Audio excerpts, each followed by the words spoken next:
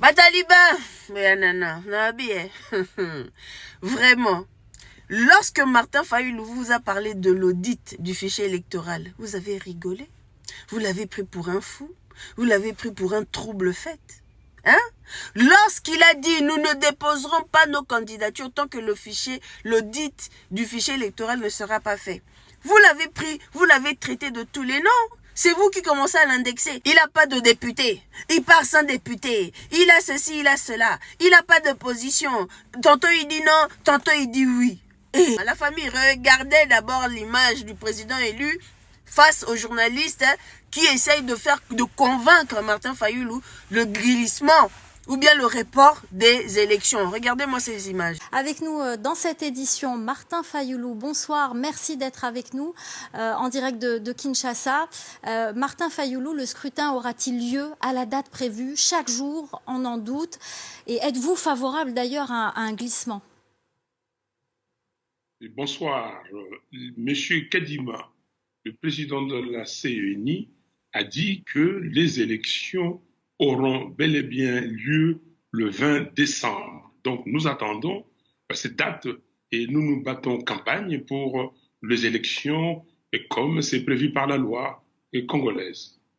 Mais est-ce que vous êtes favorable à un report de ce scrutin? Beaucoup de candidats, en tout cas, pensent que le pays n'est pas prêt. Beaucoup d'observateurs aussi disent que le matériel électoral n'est pas encore acheminé dans les 4 coins du pays. Est-ce qu'il ne serait pas plus sage de reporter, ne serait-ce que de quelques jours, pour que le vote se déroule dans de bonnes conditions? Non, mais il n'y a pas à reporter de quelques jours. Il y a demandé à M. Kadima d'organiser les élections crédibles, c'est-à-dire transparentes et impartiales.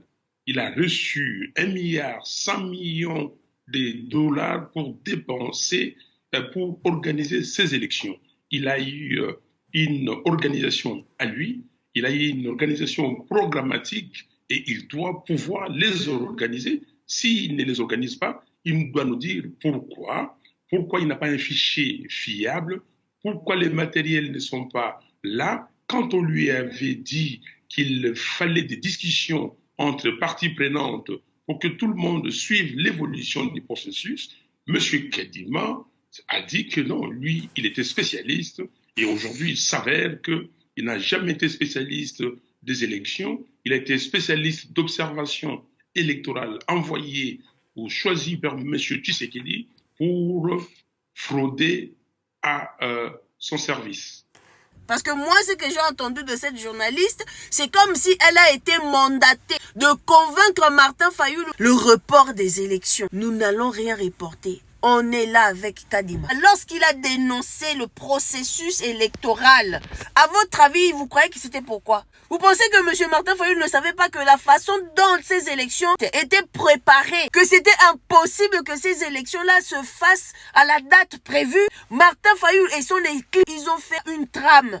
Comment faire pour que les élections se fassent à la date prévue par la Constitution? Ils ont tout un document. Et le document qu'ils avaient préparé, normalement, les élections devaient se passer en octobre. Ils avaient tout préparé. Avec les moyens en question. Avec quoi? Avec tout ce qu'il fallait se faire. Mais comme les Kadima, les Tshilombo se croient intelligents, on s'appelle crédibles. C'est l'incrédibilité qui poursuit M. Tshilombo jusqu'à la fin. Vous êtes incapable de préparer les élections simples dans notre pays. 1 milliard, vous avez bouffé 1 milliard pour préparer les élections et vous êtes incapable de ça. Vraiment la famille, je ne sais même pas quoi dire. Le 20 décembre, nous tous, nous allons voter la famille. Nous allons voter. S'il n'y a pas d'élection le 20 décembre, on va couper la main de M. Kadima. Cherchez Kadima et coupez-lui la main, car lui-même, il avait dit, s'il n'y a pas des élections le 20 décembre, coupez-moi la main. On va couper la main de M. Kadima. Ingeta.